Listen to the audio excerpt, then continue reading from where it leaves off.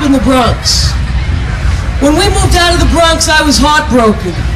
You see, in the suburbs, nothing had that magic Bronx luster. In the Bronx, in my neighborhood, the streets were named after saints. I lived on St. Raymond's Avenue. St. Raymond's Avenue is a one-way street, and that's what would scream at the cars that came wildly down the other way. We'd go, "One way!" and we'd throw our hands up. "One way!" And they'd yell back, "Hey, one way, one way, who says the one way?" And they'd go anywhere they wanted. Now, St. Peter's Avenue was notorious. It was 2 blocks away from St. Raymond's. And St. Peter's Avenue had all these car crashes on the corner of Glebe Avenue and St. Peter's. So from my house, you could always hear cars swerving to a halt 2 blocks away on St. Peter's and Glebe. So often I'd be trying to do homework at the kitchen table, and I'd be doing the penmanship with a hard, a soft lead pencil over those Q's and all those hard letters. And pressing the skeletons of the alphabet, I would hear the muffled crash of 2 or 3 cars who couldn't get out of each other's way. The sound of a crash prompted all the doors on my block to open, and all the neighbors flooded down the stoops to see what happened. And they would curse St. Peter to put up a traffic light. What was he waiting for? But I was busy practicing penmanship. So, to me, the crash had a whole different meaning. To me, these long, black skid marks that would be in this intersection of St. Peter's and Glebe were like made by this swerving black rubber god. And I longed for the off hour when the ambulances and the police would all go away. And I would take my bicycle out over those curves. And we would slalom there, just like other people had the snow and the orange flags. In those long black skid marks that the tires left, in those tire tracks and the big arcs that burnt rubber. That's what we used to say. These cars would burn rubber on the street. We would make intricate patterns with our bicycle wheels. We created agility games, obstacle courses. We slalomed. And, we didn't have the sparkling white snow with the orange flags, but we did weave in and out and create our own agility tests. A second magic luster of the Bronx was rainbows. But the thing is, we didn't have rainbows in the sky like in other places. We had rainbows in the puddles in the street. And what would happen is the men would hose down outside of their house or their store or their garage. Everybody would have 2 or 3 squares of pavement that was their job to keep clean. And the water would go into the street, and the water would rush down the gutter to the sewer. And there were oil slicks in the street from all the cars that leaked oil. And there was something in that Bronx water that had this magic quality to it. When it hit the puddles, beautiful rainbows appeared. And so you'd always see people just staring down in the streets and the potholes. So if you ever go, I wish I could make you one right now, but we don't have that good Bronx water and that car leaking oil, so you have to just use your imagination. But I wish I could make it for you right now. Now the third thing, maybe the most important thing I'm going to speak about today, the third thing that had the magic Bronx luster was to play catch in the street. Now, otherwise this is a simple activity.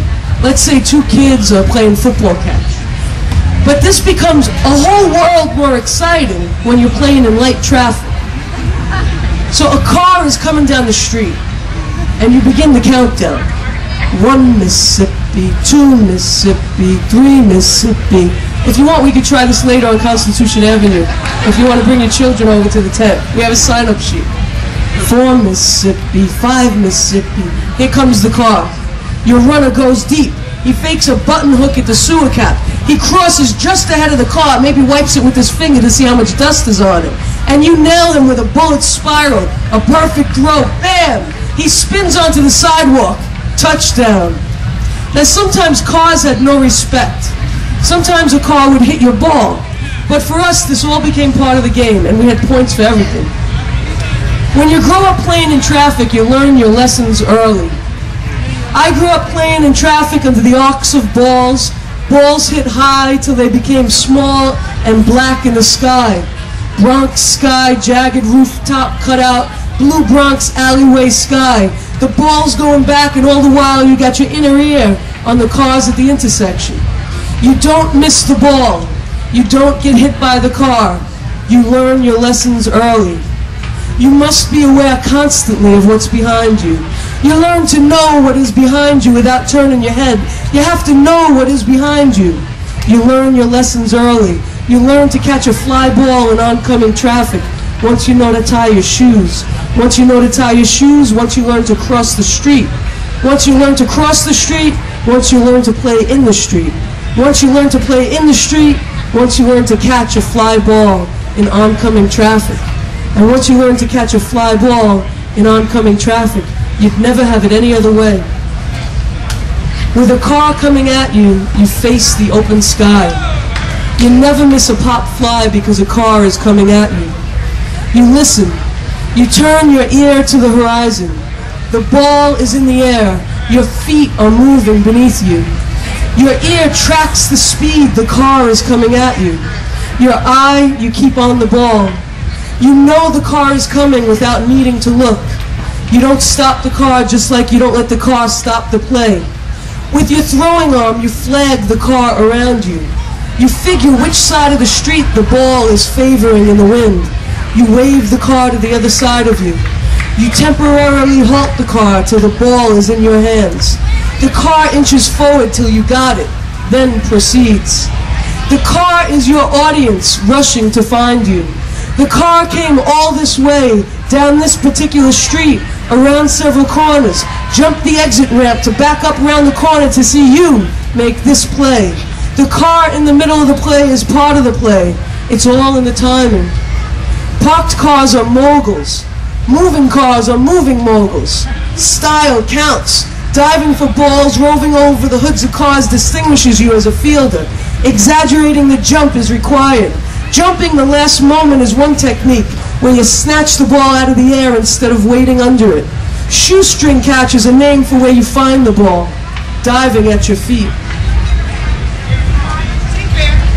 Now, a girl had special pressure on her to make these plays. If you wanted to be picked early in the choose, you had to make these catches. And catching a ball in oncoming traffic is just one of those required areas of expertise a girl might as well accept becoming expert at. And I did. Now here's the rub. The first time I played ball out in the suburbs, with grass and fencing and white lines, it threw off my whole equilibrium thing. I kept sensing behind me, waiting for the oncoming traffic. And in the plush, sod outfields of the suburbs, with my accent and with the way I was looking behind me, I think everyone thought I was paranoid. And I was only a little girl. But I think that's how New York reputations and stereotypes just keep perpetuating, because no one really understood what was going on inside. But I gave the suburban streets a good try, but the cars up there just don't know how to play. They don't stop, they expect you to stop. And the cars think that the road is for them, and that the kids should be, I don't know where, backyards or whatever they have out there, playgrounds or something. But in the Bronx, the street was where we played. The street was for us. So now I ask you, what do I do with this extra sense of perception? Thank you.